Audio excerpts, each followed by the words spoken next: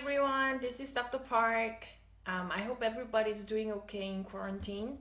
So, today we're going to talk about health for singers, how to take care of professional voice.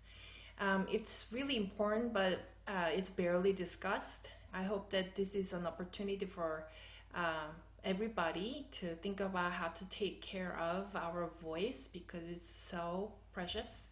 And once we lose the health for our voice, it's really hard to recover the full potential. So it's really important that we take good care of our voice. So I'm going to share the screen.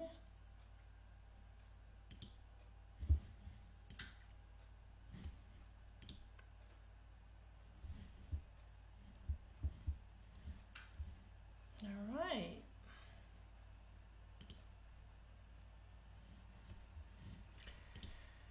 So the first thing that I recommend is Saline nasal spray. So every night before I go to bed, I use either neti pot or saline spray. I really love saline spray, and it's very affordable. You can get it over the counter from Walmart or Walgreens, anywhere. And what it is amazing about saline spray is it really takes all the allergen or the kicked mucus out of your system before it sets overnight. And so it's really important habit for singers that before you go to bed, after you were out there for many hours and there's some dirt or allergens in your system, you just wash it, rinse it off so that you can breathe very cleanly overnight, and therefore you can rest well and you can start fresh in the morning. So I highly recommend um, saline spray. Next one is zinc for colds. So if you have like symptom of cold, I mean, um, once you uh, once you come down with symptoms, it's really hard to get rid of it, but you can alleviate the symptoms. Okay, so um, alongside with vitamin C, but zinc is also very helpful to ease up the symptom. There are products like Zicam or Cold Ease. What I really like is the swab that you can put in your nose and take it out so that, and after you use it, like you have so much drainage out of your nose, and that's how much you contain if you don't use the help with those swabs. So that's what I use, and it's been very helpful. Okay, and it's not a cure, but again, it'll alleviate your symptom and shorten its duration.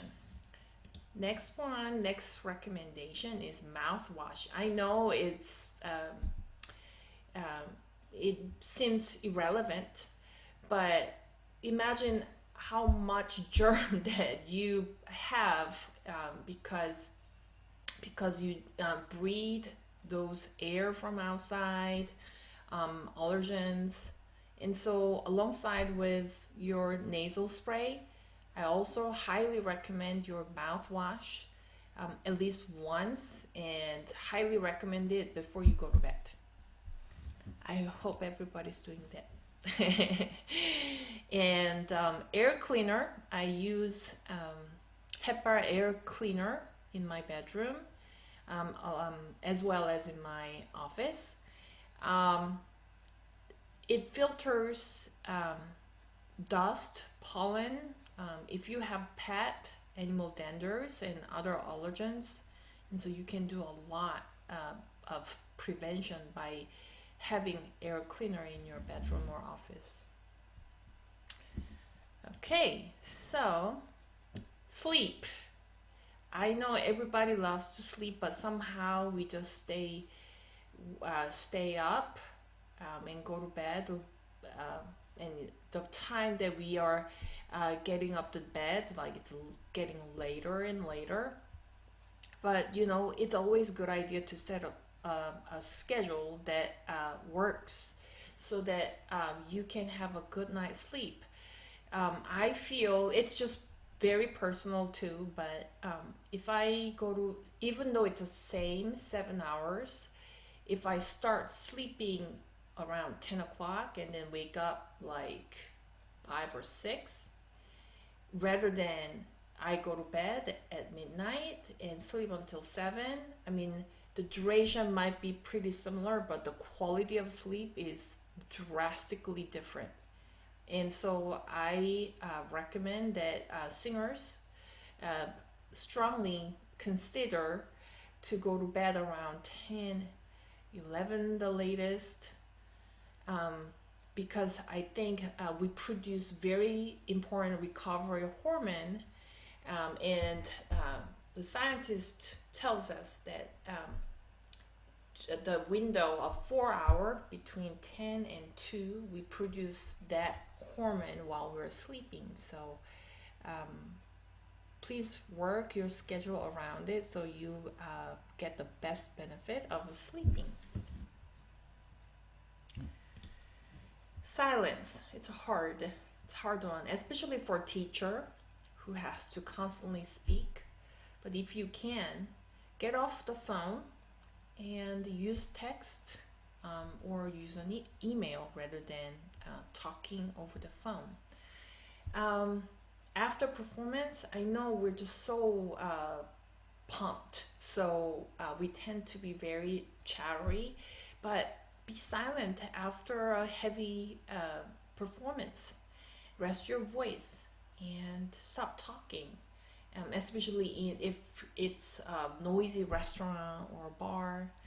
You have to save your voice. Smoking and drinking, we know smoking and drinking are the killers of your voice. So avoid smoking and drinking at all cost. So I personally have acid reflux, and I noticed from my students that acid reflux is actually a lot common than we think. So when I see symptoms of acid reflux, because I experience very severe acid reflux, I have to take antacids, like I take Tums, but I also have to watch what I eat during the day, especially toward like during the hour that is pretty close to my bedtime.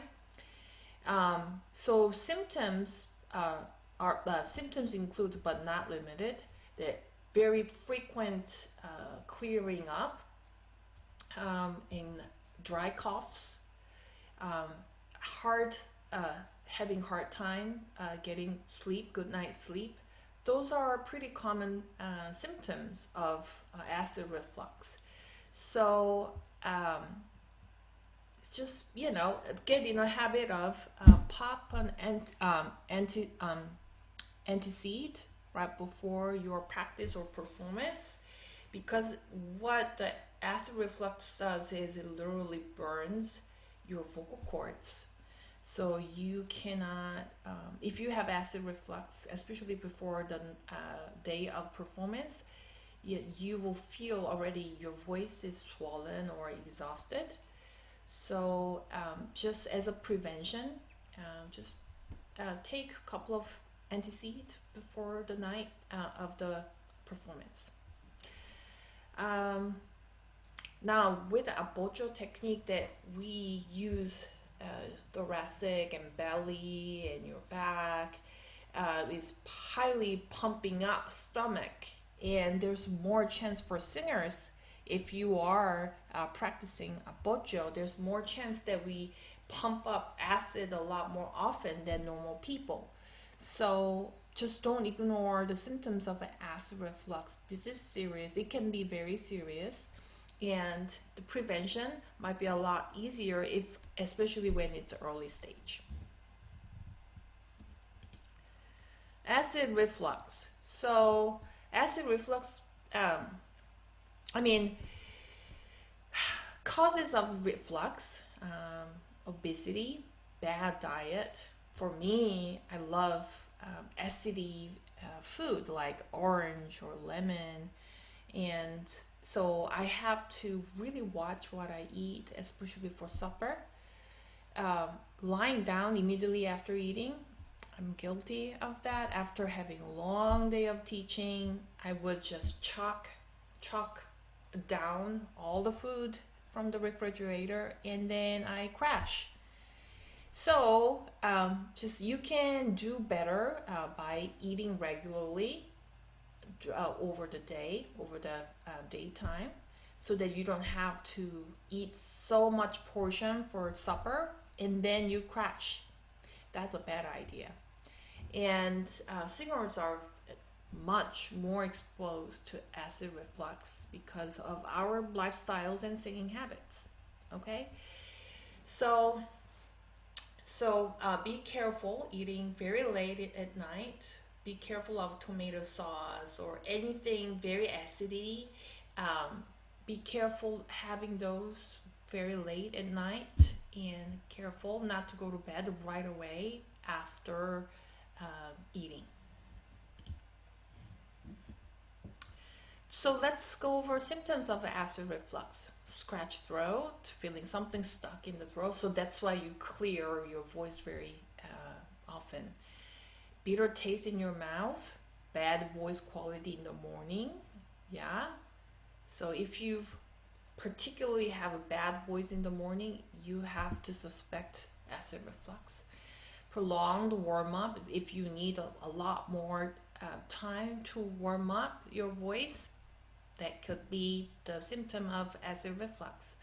Reduce the pitch range, chronic throat clearing, sinus problems, chronic cough or sore throat, right?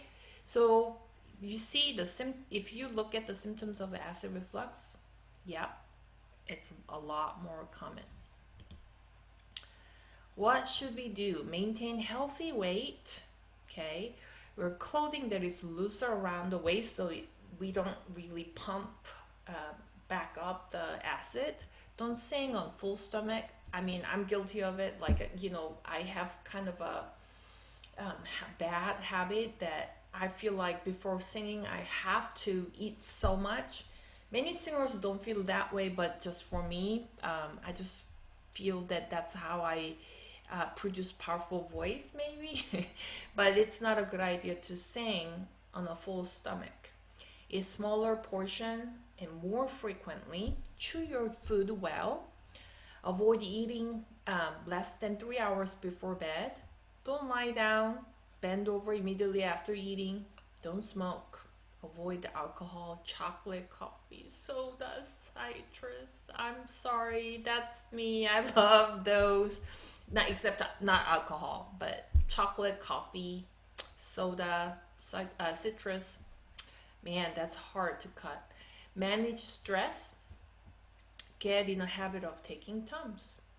Tums are so cheap, and that can do a lot for your voice. So just pop a couple of Tums before your bedtime. Obesity and the abocho, it's an interesting topic. So if singer has heavy weight, it's hard to locate abdominal expansion. Okay, when you cannot really feel your rib cage, it's really hard to uh, lift or expand rib cage, and so maintaining a healthy weight is also important for abocho. Most overweight singers have deficiencies of breath management because it's really hard to sustain, or it's really hard to maintain a high chest and a wide rib when there's a lot of heavy weight start to press down because of the gravity. That's hard. Okay, and that result wobble in your voice, and nobody wants to sound like a church lady, right? Stage movement, dramatic believability becomes very important, and that's really hard to see, even though it's a very good voice. If you don't have convincing appearance that suits that fits for the character, like especially for romantic character, it's really hard to cast that singer. You have to be competitive in your appearance as well as voice. Obesity and the appoggio, noisy breathing, torso displacement, phrase end collapsing, irregular vibrato are tolls of obesity. And it does a lot of tolls. It takes a lot on tolls on obesity when it attacks your self-esteem as a singer. You are conscious of wearing certain costumes, and you have to limit your ability because of your obesity. That's not fair. So really work on your weight. Try to raise awareness of the problem with your students. If you have someone in your studio that's working on the weight loss, really encourage them, talk about it, and build good relationships, so this becomes a very good place to talk and check and mentor. Obesity is physical and emotional problems, so you'll see sometimes there's an emotional eating. Okay. So work, it's not just a genetic problem, but it can be emotional problems. So you have to really watch carefully and observe how, in what part the voice teachers can help the students in terms of fighting against obesity. Weight loss. Okay, so physical weight loss does not contribute to resonance. So just because you have a few more pounds, that does not add power to sound volume or resonance. Okay, ideal weight for singing is the perfect weight for most athlete endeavors. So work on your muscle, like having the contour of muscle rather than um, building your body based on your weight, if that makes sense. Okay, we need the muscle power, sustaining power, and good knowledge, and a strong body that can carry on our information, not not weight to carry out the powerful voice. Make sense? Um, Overweight singers are generally noisy breathers because they have a narrower uh, capacity of the air tube, so it's harder for them to breathe silently. Both agility and sostenuto tend to be labored. So work on your weight. You don't have to be super skinny. I'm not talking about that, but the appropriate portion of weight for your build is really important, because I'd like to think that singers are athletes too. Weight loss. If you're trying to lose weight, do it gradually. Okay, it's like don't try to lose in within one semester. Okay, because it first of all you will gain back that weight you lost so quickly. So work on your lifestyle. Uh, watch um, watch for your diet, your exercise habit. Don't try to do anything drastic exercise, so to speak. Gentle walking, or start very gradually and slowly, so that it gotta be something doable. Okay, and managing your emotions. If you know that you have a depression problem, maybe address your emotion problems. Um, Voice rest. It is alright to sing modest material at the very beginning of a cold or with allergies and congestion. If the nose, if tremendously congested, ears are plugged, and constantly coughing, then the singer should uh, back away from practicing or performing. Don't kill yourself when you have a full symptom of cold or allergies. Technique and longevity. So performers sometimes take on heavy duty part before voice technique is secure.